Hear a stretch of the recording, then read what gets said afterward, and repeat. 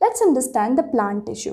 तो plant tissue इसको बोलते हैं कि जो सेल्स की एक कॉमन रीजन होती है और सिमिलर स्ट्रक्चर एंड फंक्शंस होते हैं, वो सारे सेल इकट्ठा होकर टिश्यूज़ बनाते हैं। तो प्लांट टिश्यू में दो टाइप होते हैं, मेरिस्टेमेटिक टिश्यू और परमानेंट टिश्यू। अब मेरिस्टेमेटिक टिश्यू है कि जो सेल डिवीजन कर रहा है और प्लांट का ग्रोथ कर रहा है, but permanent tissue cell division नहीं कर रहा है, उसका सेल डिवीजन स्टॉप हो चुका है।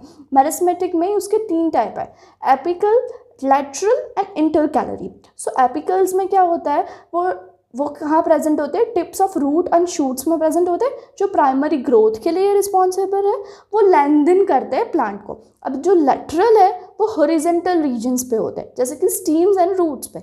उसका सेकेंडरी ग्रोथ के लिए वो रिस्पॉन्सिबल है, वो ग्रीथ को इंक्रीज करता है और प्लांट की थिकनेस को बढ़ाता है। और जो इंटरकैलरीज होते हैं वो नोड्स और लीव्स पे प्रेजेंट होते हैं और वो लीव की साइज को भी इंक्रीज करते हैं। अब परमानेंट टिश्यू आ गया जिसमें कोई सेल डिवीजन नहीं हो रहा है। परमानेंट टिश्यू के भी 2 टाइप है, simple and complex. Okay, symbols में कौन से, पैरेंचीमिया, कॉलेंचीमिया, स्केलेंचीमिया। पैरेंचीमिया क्या बोलते हैं, वो एक लिविंग टिश्यू है क्योंकि वो क्लोरोप्लास्ट है, उसमें जिसका क्लोरोप्लास्ट है तो वो फिटोसिंथेसिस करेंगे एंड फूड का स्टोरेज करेंगे। अब कॉलेंचीमिया है, इसमें भी लिविंग टिश्यू होगा और वो एक फ्लेक्सिबल सपोर्ट प्रोवाइड करेंगे प्लांट को। अब स्केलेंचीमिया में डेड टिश्यू होता है, इसकी वजह से वो mechanical strength and support provide करता है प्लांट को। अब जो कॉम्प्लेक्स टिश्यू है, मीन्स कि यहाँ सेल्स बहुत ही डिफरेंट काइंड के, जिसके फंक्शन डिफरेंट है, उसका ओरिजिन डिफरेंट है, वो डिफरेंट टाइप ऑफ सेल्स मिलके कॉम्प्लेक्स टिश्यूज़ बनाते हैं। कॉम्प्लेक्स टिश्यूज़ में 2 आते हैं, जाइलम एंड फिलोम।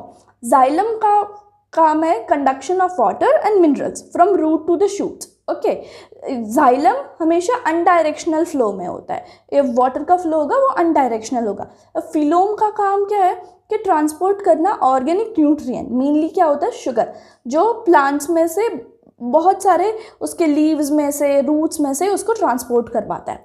वो बाई डायरेक्शनल फ्लो होता है जिसमें डिफरेंट सेल्स भी होते हैं, जिसकी वजह से ये ट्रांसपोर्ट ईजीली हो सकता है।